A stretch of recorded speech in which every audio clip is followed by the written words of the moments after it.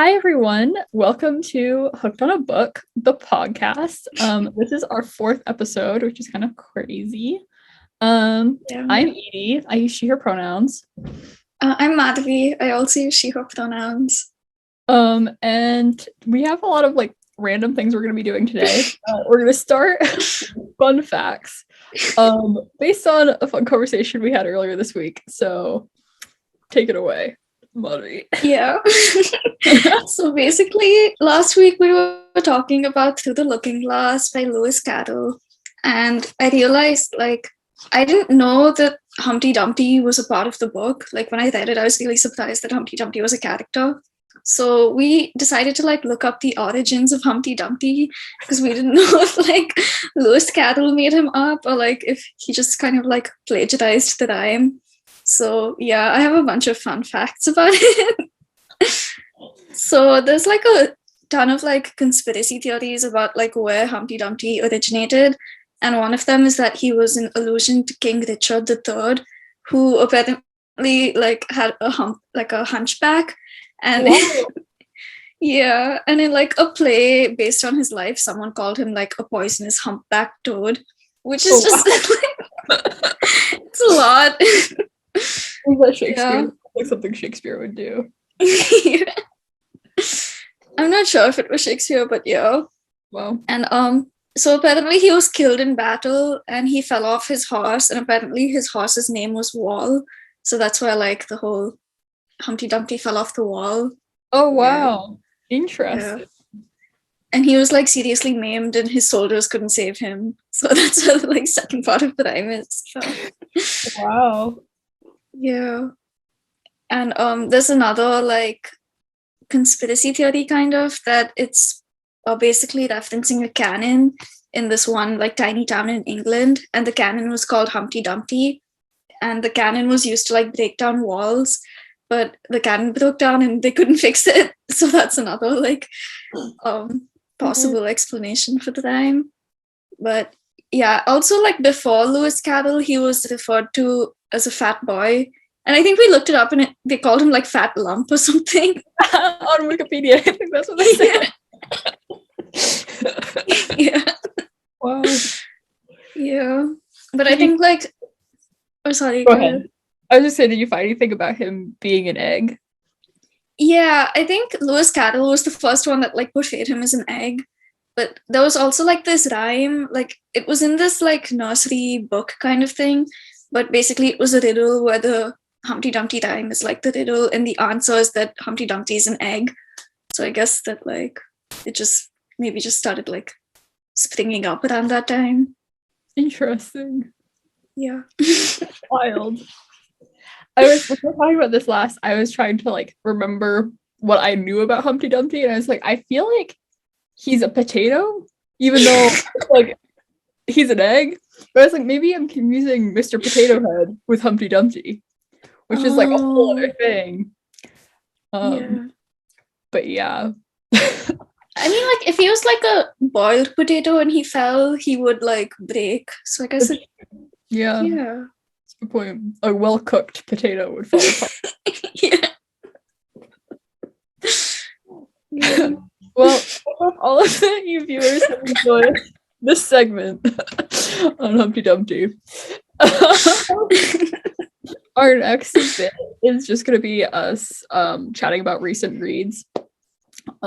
So, do you want to start or should I start? You can start. Okay. So the first one I'm going to mention, I think I mentioned it last episode also, is I did a reread of Name of the Wind by Patrick Rothfuss, if anybody knows. Rothfuss. I don't know. Anyway, this is the first book of 3, although the third one probably will never be published, or hasn't been, at least in the last decade. But I did a reread of the first 2 books, and yeah, it was a good time. I didn't love them as much as I did when I first read them in high school, but it's a good time. I would recommend them, but they're very thick also, so it's sort of a commitment, and also there's no third book, so you're gonna get stuck with it. What's it about, the series? Yeah, so it's basically, I'll hold the cover so everybody can see. It's not actually, I don't actually love that cover very much, but it's okay. I like the truth. But it's about this guy named Quoth, or I don't know how to pronounce his name, but something like that. And he basically is telling his life story. He's now an innkeeper at a pub, and this guy who like writes, he's like the chronicler is what he's called. He like writes stories, comes by the inn, and he's like, he's telling me your life story. It's like my dream to know your life story. And so the guy's like, okay, fine, I'll tell you my life story. And so the book is just him telling his life story basically.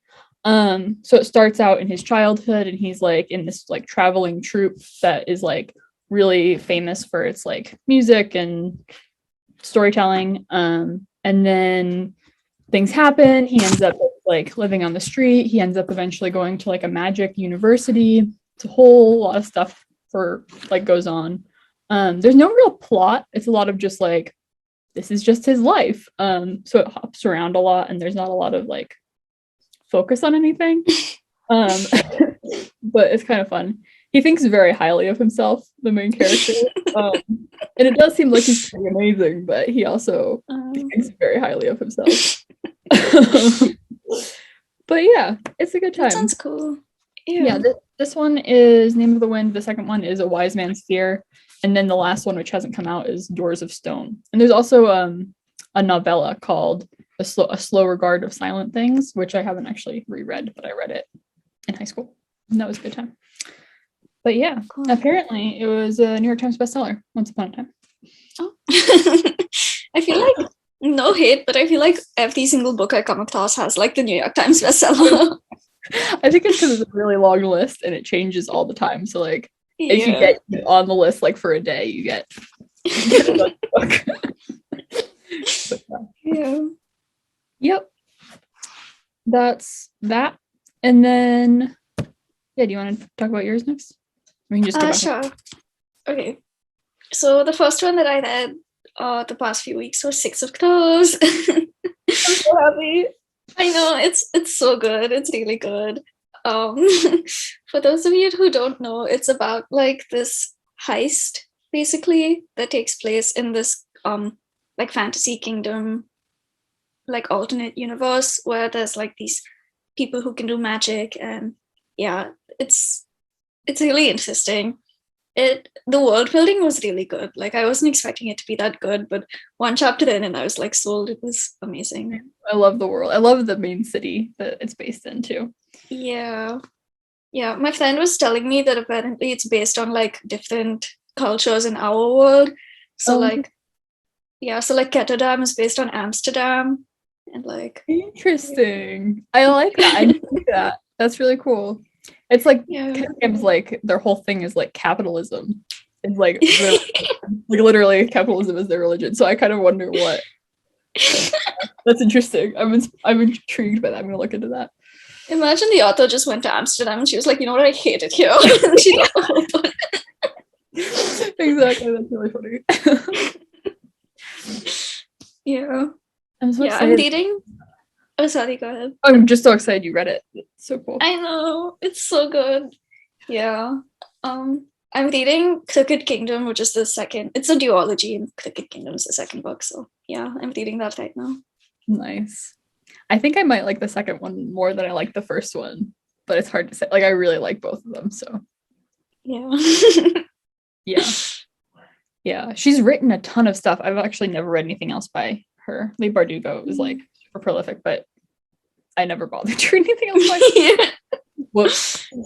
Yeah, I kind of want to read Shadow and Bone, like the trilogy, but my friend said it's not as good as Six of Crows. Yeah, I just watched the TV show and I was like, I don't actually need to read the book. I'll just watch it. On Netflix, for anybody who's wondering, check it out. I think they're doing a second season because I just saw on Instagram, because I follow the actors who are in the show. So on Instagram, I think they're going to be filming the second season soon. So, that's exciting. Yeah. Cool. Okay, I'll talk about my next one then. My next one. Oh, should we actually, before we keep going, should we talk about our rating systems? Because I'm going to start doing things. Okay. Okay. Like, how do you rate? I don't really have like a set rating system. I just usually do the Goodreads like 1 to 5. And I don't know, for me, it's like I usually don't go below a 3 because I feel like if a book's that bad, like I think you said this too, like we don't finish the book if it's that bad. But yeah, 3 is usually like fine, like it's fine, whatever, like it's an average book. 4 is like it's good, and 5 is like one of my favorite books. Yeah, that's basically what I used to do. And this year, I'm trying to switch it up. We'll see how this goes. But I decided because I always, like Madhavi said, I always give books between a 3 and a 5. And I never give things below a 3 unless I had to like read it for school or something and I hated it. And then it goes below that. But besides that, everything's 3 to 5. And I'm like, this is kind of silly. So I changed my system and now I'm going to be doing between 1 and 3. So 1 is going to be not good. Like I barely finished it. Wouldn't recommend. Yeah. Then 2 would just be like, it was good. I really enjoyed it. It like, etc. And then 3 would be equivalent to like a very high 4-star or a 5-star rating. So that's what I'm going with right now. But that being said, I'm already sort of struggling with like how to do it. I feel like rating systems are just kind of hard in general. Yeah, that's true. Yeah. You know, the 3-star rating system is kind of like the Michelin star rating system. Who knew? I'm just really on top of it. Okay. So that being said, what would you rate 6 of Crows? I was gonna finish like the duology before I rated it, but right now it's like definitely like 4.5 to 5. Like it's up there. Nice. That's really good. I think that's probably what I gave it also. I don't really remember. I would probably say Name of the Wind. I think when I originally read it, I gave it 4 stars. And now on my new rating system, I think honestly I'd give the first one 3, but then I'd give the second one probably a 2-star because it was just kind of random and not really, I didn't like it as much as I did the first time I read it. But yeah. My next book that makes sense. is this one, which gorgeous cover. I'm in love. It is. But also the book was gorgeous. I got this for Christmas. She just came out with it. It's Amanda Gorman. She was the inaugural poet. And yeah, basically it's amazing. I published it last year, sorry. 2021. I think it was in like December of 2021.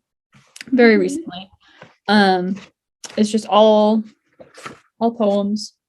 She has like some cool patterns in there too of just like funky shapes of poems, which is always kind of fun. I'm not finding any right now.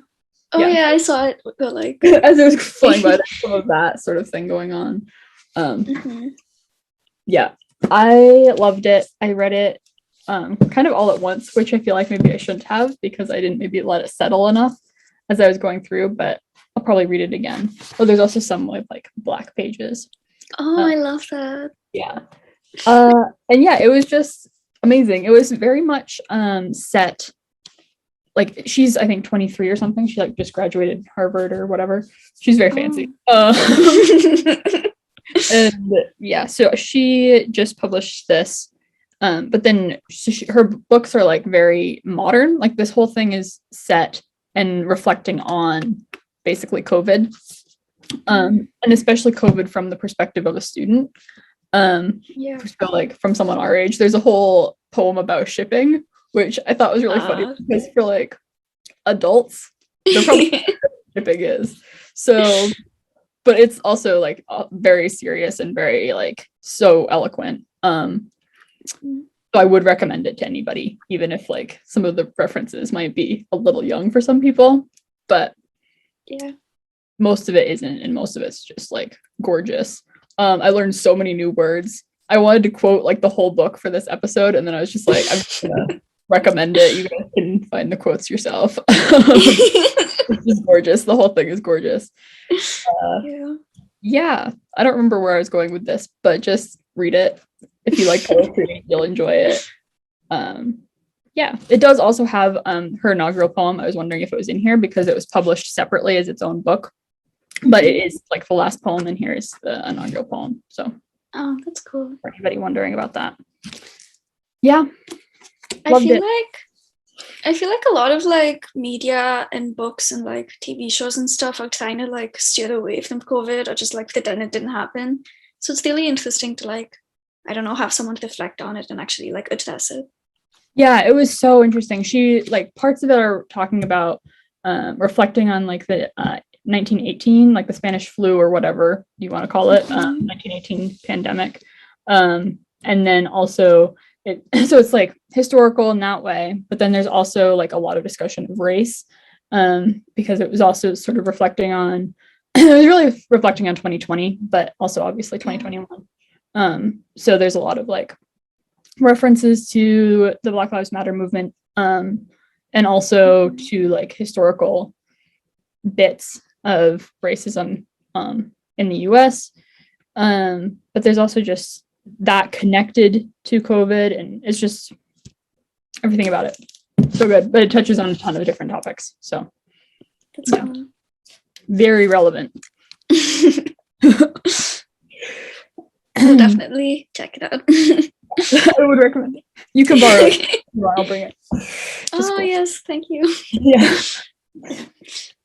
Okay. The next book that I want to talk about is probably What Men Live by Leo Tolstoy. And it was, it's like this book of folk tales, basically. I think it's like written for children. I was telling you about this, but it's basically very like it has a lot of morals, and it's very kind of preachy, and I don't know, it was really religious, which I wasn't expecting when I went into it, but it was interesting. Like I found a lot of the stories kind of like too preachy, like it just got kind of like literally one of the models of one of the stories was like, oh, you need to pray to God every day, and like I don't know, it was very Yeah. I don't know if I'm the right audience for that book, but it was okay. Yeah. I really liked one of the stories though. Spoiler alert if anyone is planning on reading like Tolstoy folk tales, but it was basically this man, it was about greed, and it's about this man who has this like tract of land, and he basically taunts the devil, and he's like, oh, you know, if I had more land, then I could probably take the devil on. And the devil was like, okay, let's go. And he gave him all this land, and he got really greedy, and he basically like goes to this place. Basically, he has this like deal with someone where if he runs around this tract of land, like he gets as much land as he can walk on in a day, and at the end of the day he like collapses. And it's just very like, I found it really interesting. It was probably my favorite one.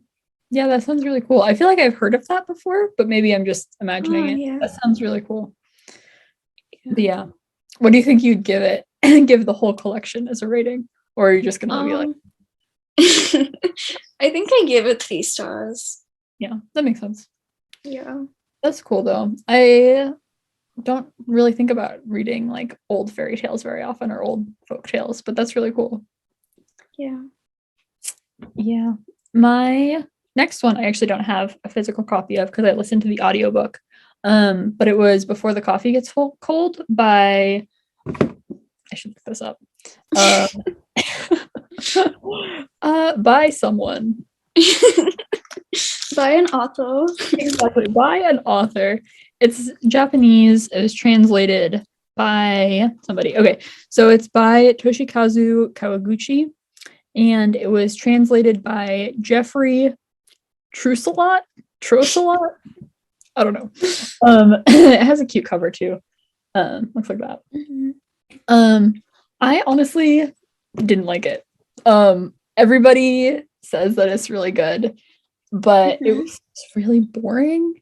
And like, I don't know how to explain it. Basically, so the plot of the story is that this, like there's this cafe in Tokyo, and there's this particular seat. And if you sit in the seat, you can travel through time.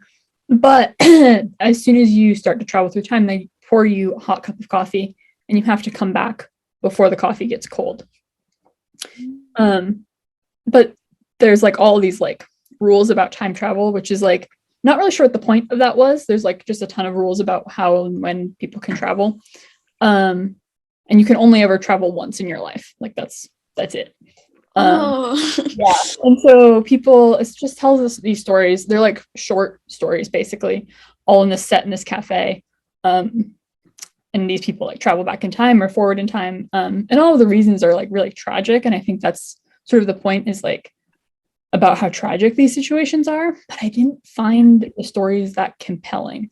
Like, not compelling as in, like, obviously they were tragic, but I didn't feel the tragedy. Like I was like, oh, that's tragic, but I didn't feel how tragic it was, if that makes sense. It was like somebody had to travel back in time because their sibling died. Somebody traveled back in time because they broke up with their partner and their partner moved to America. There was one where their partner had Alzheimer's and they were going back to like before their partner forgot them. And so it was like all these like really emotional stories, but I didn't really feel the emotion that much. And also just like the repetitiveness of explaining the rules of the cafe was kind of like I get it. Like you have to sit in the seat, you have to drink the coffee. Like I hear you. But yeah, that was it, I guess. I liked it. I liked the concept a lot. But in reality, it was sort of like, and I gave it 1 out of 3. So yeah, I saw that. Wait, so by time travel, do they mean like you go back and there's 2 of you and you're like watching it happen, or are you reliving it? Only one of them. So basically what happens is they have to stay in the chair and they can only visit somebody who's already been in the cafe. So if they sit in the chair and they like think, oh, I remember this person was in the cafe on this day, so I'm going to think about that day and then go back. And so they sit in the chair and then the person like comes in and they talk. But the other version of them is okay. Yeah. I don't know how that works. They never actually explain.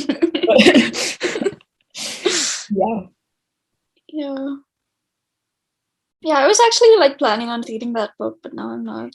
Some people really like it. Based on like people on the internet, Emmy did not like it. She had the same opinions that I had. Jack Edwards really loved it. He gave it 5 stars. So okay. There's different opinions. Yeah. But yeah. I feel like I get what you mean though. Like if things are like, if people are trying to like make you feel emotions, I feel like it doesn't work. I think it just has to be like more natural. Yeah. I feel like I was being told all of the emotions instead of actually being shown the emotions, if that makes sense.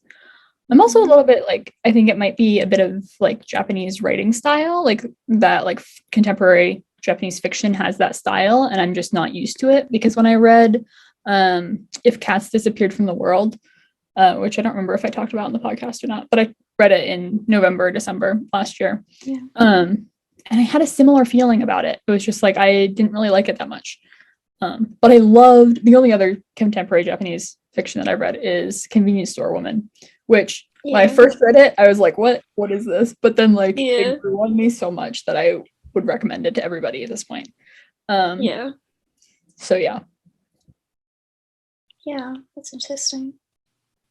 Yeah.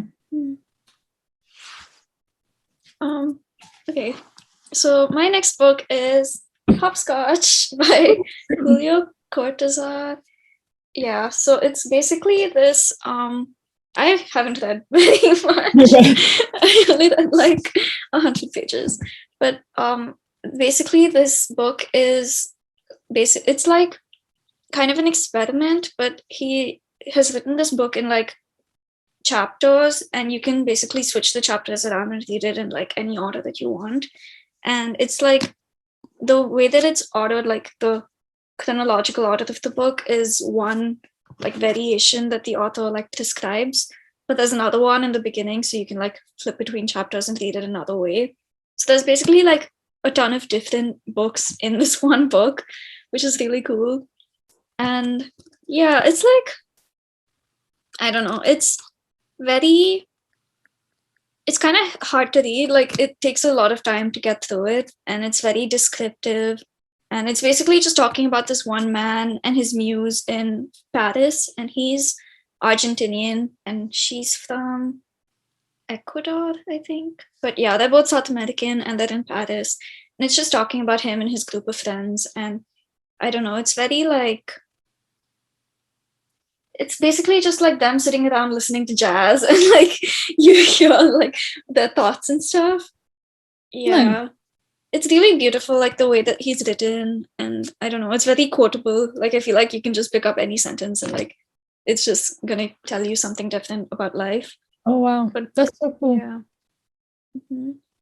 Yeah, I think that's the reason that you can like switch around the chapters is because there's no real plot. Like it's just musings and stuff.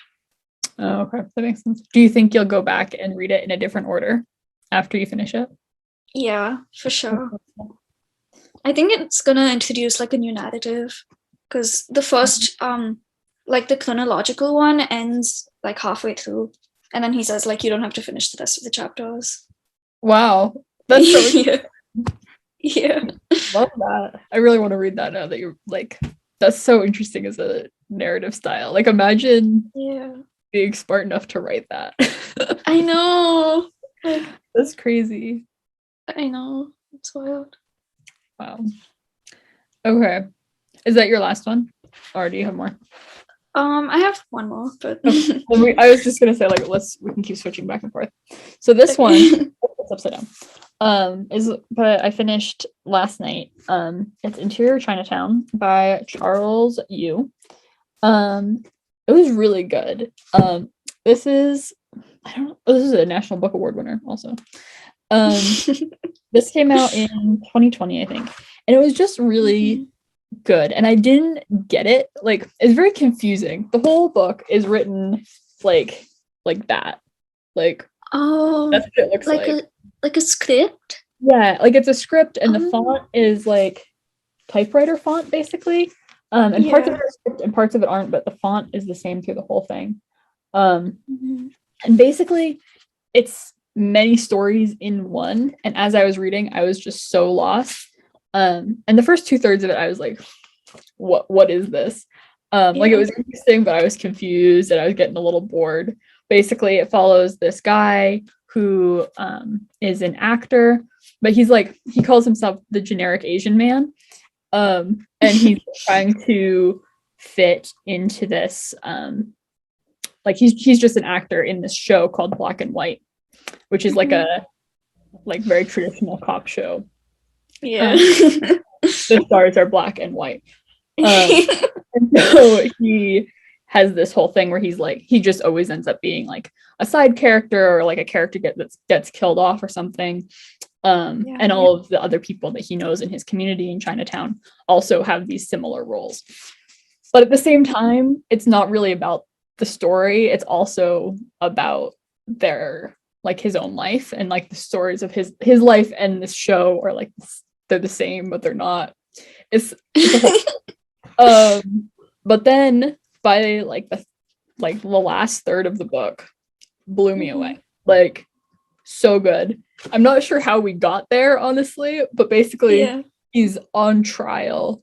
This is a little bit of a spoiler, but not really. He's on trial for stealing a car, but also on trial for being an Asian man. Like, the car doesn't actually play into it. Like, that's why he's arrested, but that's not what the trial is about.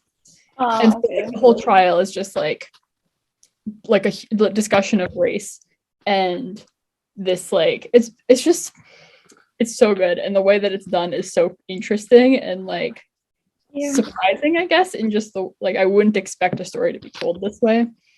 And it's just very good. I don't really have a good way of describing that, but I would highly recommend it. Looks like this. Award-winning, yeah. I think I heard about it from Best Test, the YouTuber. Oh yeah, I think she spoke about it too. It sounds really cool. Yeah, I would definitely recommend it. It's very interesting. And it didn't take long to read either. It's 300 pages or something, but I read it in a night because it's written in this very funky style. Yeah. Oh, yeah, I was trying to remember what the last book I was going to talk about is. But it's Emma by Jane Austen. Yeah. So I wanted to read it because I've heard that like it's one of her lighter works. Like it's supposed to be really funny and like cute. And it is, like, as much as I've read, it is really cute and funny. And I also wanted to read it because it inspired Clueless, and that's like one of my favorite movies of all time. Yeah. But it's kind of bad because I keep thinking about Clueless when I read it. So I keep like connecting the characters back to the movie. Yeah, it's funny so far. I like it. I have wanted to read it. I've only ever read Pride and Prejudice by Jane Austen, and honestly, like I didn't like it as much as I wanted to. Similar reason, I kept thinking of the movie. Yeah, but it also is just like I just didn't like it as much as I thought I would. Which, you know, don't tell fans of Jane Austen because but yeah. Have you seen the Emma movie? No, I haven't. That's pretty good. It's not, I don't know. It's a very pretty movie. I didn't love it as much as I thought it would, but it's very pretty, and a lot of people really do love it. It has Anya Taylor-Joy as Emma. Oh. Yeah. Oh, is it new? Yeah, I think it came out, I want to say 2020, maybe, I don't know. Sometime recently. It's got her in like the yellow dress thing. Oh my god, I've seen like pictures of it. Yeah, it was really pretty and I liked it, but it wasn't like my favorite movie. But yeah, I do kind of want to read it eventually just because of that. Yeah, it's cool that you're reading it though. Reading might be a bit of an overstatement. Like I haven't touched it in a couple of weeks, but it happens. Yeah, reading has just been all over the place. Like I've been not reading, and then I'll read a lot, and then I'll not read. I thought I'd be reading way more over break than I have been, but that's okay. This one is my last one that I'm going to talk about, and I have no idea why I picked it up. My grandmother was getting rid of a ton of her books. She was just like cleaning her bookshelves, and so she was like having me like go through her books for her, and I was like, "Oh, this looks interesting. I'll read it." It's called Woman of Labrador. It looks like this by Elizabeth Gowdy. It's a memoir about a woman who lives in Canada, Labrador, to be specific. This is editing Edie. So basically, Labrador actually didn't become part of Canada until 1949.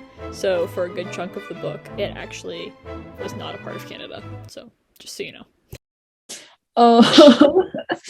And yeah, that's it. She is the wife of a trapper.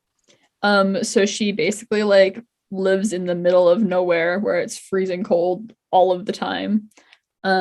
She has a bazillion kids. Not really. I think she has 9 kids, and some of them die. Spoiler alert. That's sad. I know. All of them die when they're really young just because it's so cold and like there's no doctors or anything around. So she's just like trying to doctor them as best she can and everything. She's pretty badass, like the lady is. But the book is kind of boring. Yeah, I don't think I'd recommend it. I found it on Goodreads, and 37 people had given a rating on Goodreads. Oh no, that's it. Yep. So you know, I'm almost done with it, so I'm gonna finish it, even though it's a very short book. If anybody's interested in 20th century Labrador, maybe this is the book for you. Yeah. And if you want it, let me know because I can give it to you. Yeah. That's it.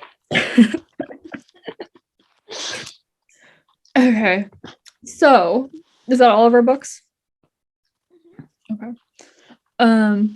So our next segment of the day is going to be just a game because we've been talking about, we were trying to figure out what we were going to do today, and we're like, this sounds like a good time. So basically, we're just going to read first lines of books to each other, and the other person has to guess what it is. And if you guys want to like leave comments on YouTube or something, let us know. Feel free what your guesses are. If you want to play along. But yeah, do you want to read yours first? Or should I? Yeah. Yeah, I can go first. Okay. Wait, so should I read like all of mine at once, or are we gonna like alternate? Let's just alternate, yeah. Like you can read one, then I'll read one. Okay. So the first one is, I'd never given much thought to how I could die, but dying in a place of someone I love seems like a pretty good way to go. So I can't bring myself to regret the decision to leave home. I feel like I've read that before. Wait, is this I know you have. What was that? Huh? Is this a book that I've read? Yeah, it is. Oh man. Wait, are we allowed to ask for hints? Yeah, let's say like one hint.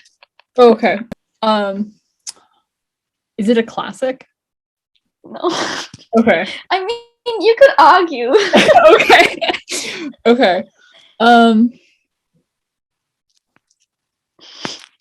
Man.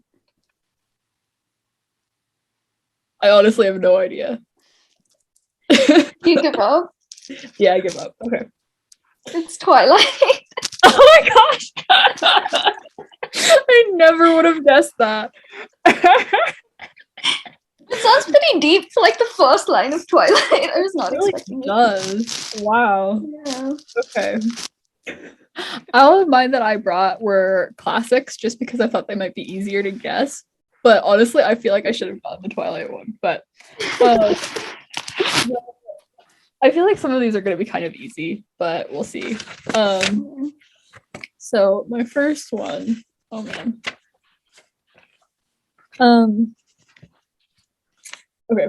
If you really want to hear about it, the first thing you'll probably want to know is where I was born and what my lousy childhood was like and how my parents were occupied and all before they had me and all of that David Copperfield kind of crap.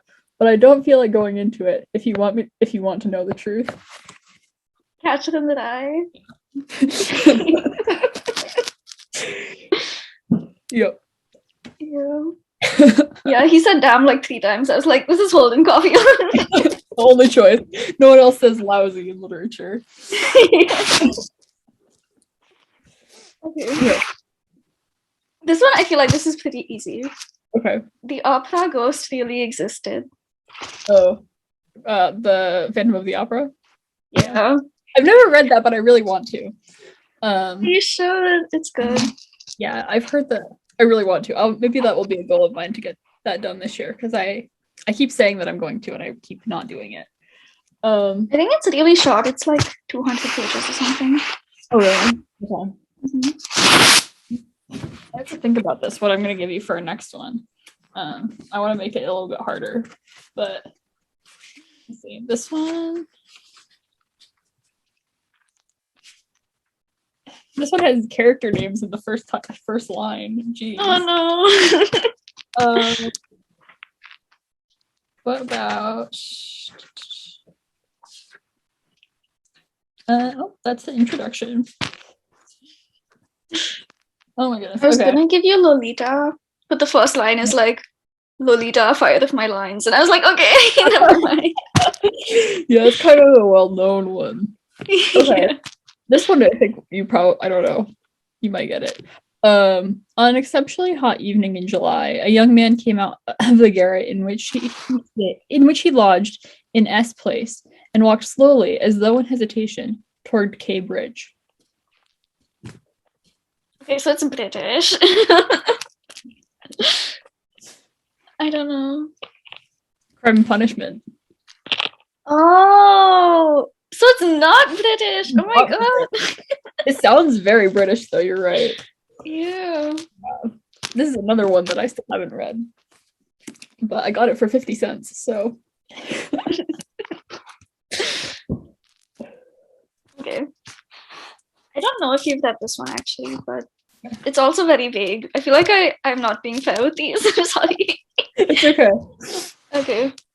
All this happened more or less. Oh man, I do know that. I think I have read. Okay. Wait. What is that? I know that too. I'm so bad at this. I was the one who suggested this game. I can't do it at all. Oh my gosh. Do you want a hint? I do want a hint, yes. Okay, it's like recent 20th century American literature. Okay. Is it Great Gatsby? No. Slaughterhouse-Five. Oh, I actually haven't read that. I just somehow knew. I feel like I knew that line, but yeah, I feel like it's a famous line. It might just be like the language of the book. That's pretty like. Yeah, that's true. That makes sense. Okay. This one has the person's first name in it, but I'm just gonna say blank, and you can just guess. Okay. Okay. Christmas won't be Christmas without any presents, grumbled blank, lying on the rug. Oh, Little Women. Yeah.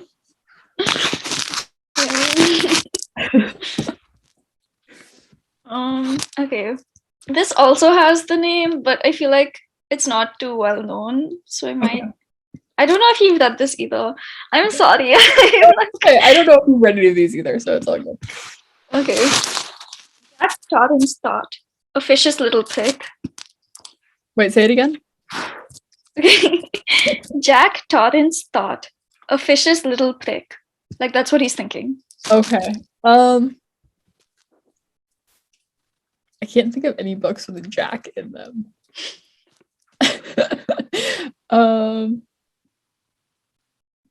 Yeah, no, I give up.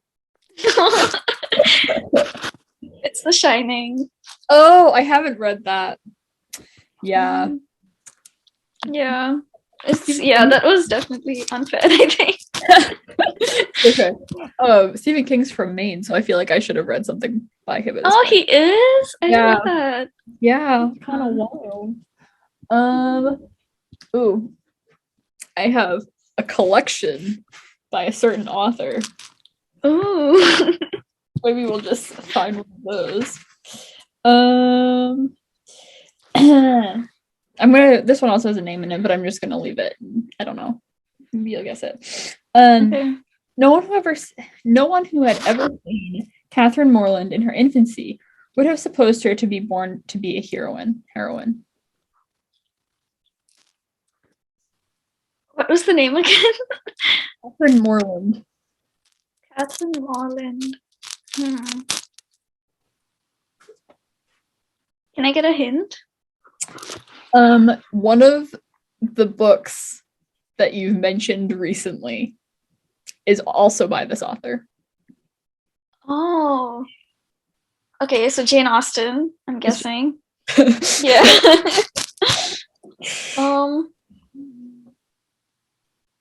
Sense and Sensibility? No, Northanger Abbey. Oh, okay.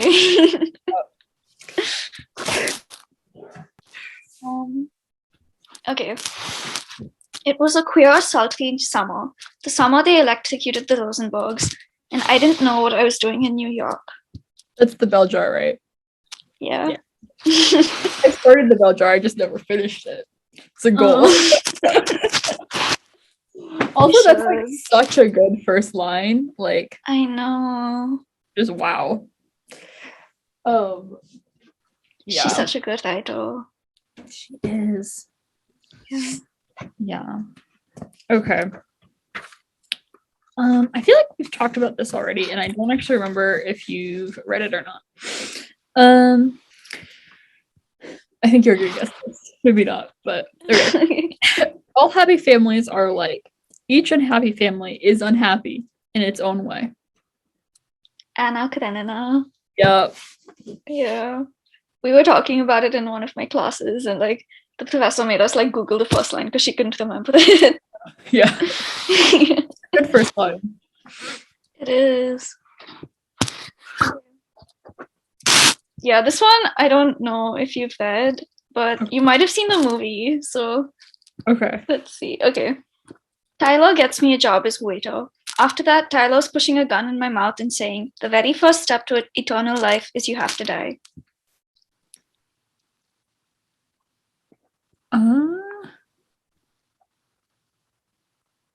Nope. No idea. No. It's the Fight Club. Oh, yeah, no. I would never have guessed that. Yeah, it's definitely not the easiest to guess, I think. Yeah. Okay, this is another. I'm choosing famous ones, so I feel like you're gonna get this. Okay. My father's name being Pirup, and my Christian name being Philip. My infant tongue could make of both names nothing longer or more explicit than Pip. Oh, wait, Pip. I'm gonna be really. Is it Huckleberry Finn? No. No? Great expectations. Oh, okay. Yeah. That makes sense. That's Charles Dickens in his first line. Okay.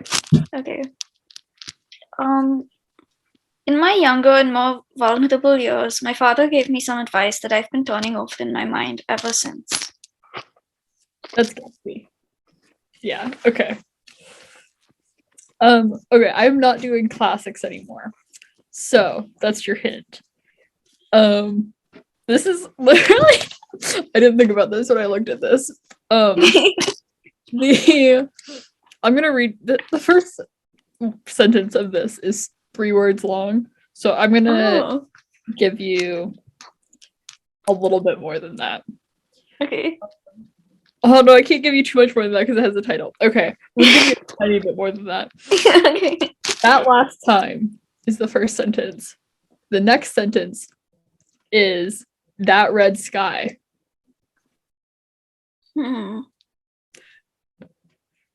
Is it like a war book? It is.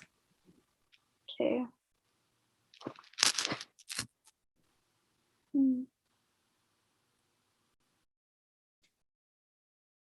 Catch 22? I don't know. No, it's The Book Thief. Oh. Yo. Yeah. Have you read that? No, I haven't. Oh no. I will. Yeah. Yeah. I read it so long ago that I'm probably due for a reread, but honestly, I don't really feel like it, so. Yeah, I get that. Okay. I was 37 then, strapped in my seat as the huge 747 plunged through dense cloud cover on approach to the Hamburg airport. Why is that so familiar? Wait, have I read it? Do you know? I don't think so, actually. Okay. I think you might have like started it, but I don't know if you've read it.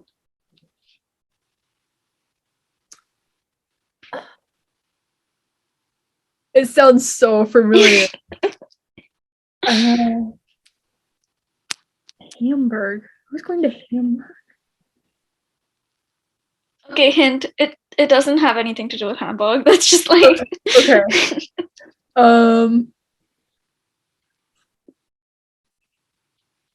Yeah, I don't know. I feel like I really should, but I really don't. Norwegian Wood. Oh no, I haven't read it. That's I think I've seen like a YouTube video where someone read that in the YouTube video. That makes sense. That's so annoying. Okay. Yeah. This one you're gonna guess because the convenience store is a world of sound. Oh, convenience store woman. Yep. I was trying to do that one that we both read this year, and then I tried Crying in H Mart, and the first thing was Crying in H Mart, and then that one was convenience store in the first line. I was like, well, it's fine. Yeah. Okay. This one you have read, but it's very vague. Okay. It was 5:00 on a winter's morning in Syria. In Syria? I haven't read that many books about Syria. Okay, hint, it's not about Syria. Not about Syria. Okay. Is it a classic? Yeah. Okay. Think about an author who's written like a ton of books. A ton of books. Is it a Dickens? No. Like that doesn't sound like, but like maybe. Is it a Hemingway? No.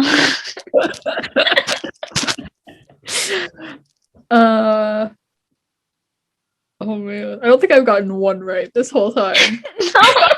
I feel like I've just been like super mean about the ones I picked. Oh, I got Jar right. That counts.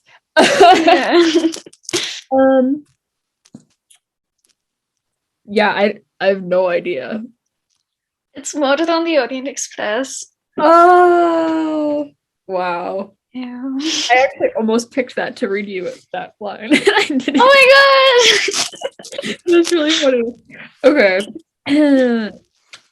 This one. Okay. Oh, this is a very vague first line. Okay. This is a story of long ago. Oh. Okay, is it a classic? Yes. I should have asked a more specific question. It's not one that a lot of people, it's not one that you're going to think of straight off as a classic, but it is a classic. Have I read it? I'm almost certain. Oh, okay. Not positive, but I'm almost certain. You've read other books by this author. Oh. This is a story of long ago. Wait, that sounds familiar.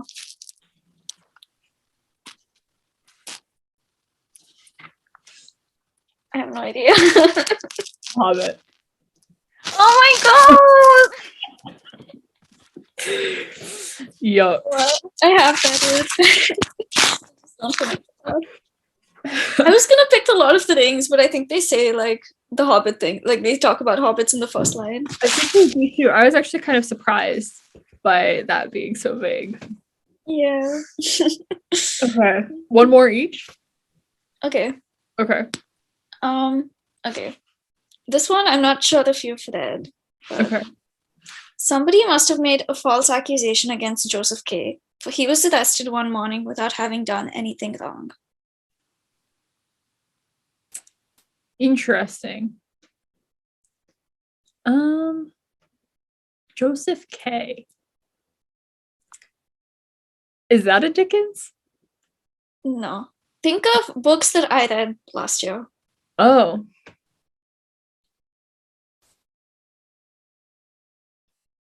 I really don't know. I'm trying to think of a Joseph K. or like a case. I don't know. It's The Trial by Kafka. Oh. That's it. That line would have given it away if I had thought of that. Yeah. Okay. This one, I'm not sure you've read it. Actually, I think you may not have actually read it. I thought you had when I picked it up, but I'm pretty sure you have it at this point. It also has a very vague line, so if you get this, it's gonna be like really shocking. The first line is, "Let me begin again." Oh. If you want like a little bit more of a hint, it starts. The next part is, "Dear Ma, I'm writing to reach you."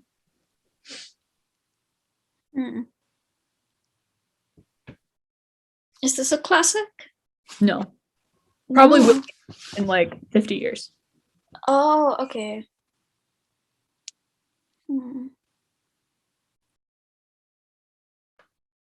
Is it a book that I want to read? I expect so. I'm not sure how much you want to read it, but I suspect it's on your radar for something you want to read. Okay.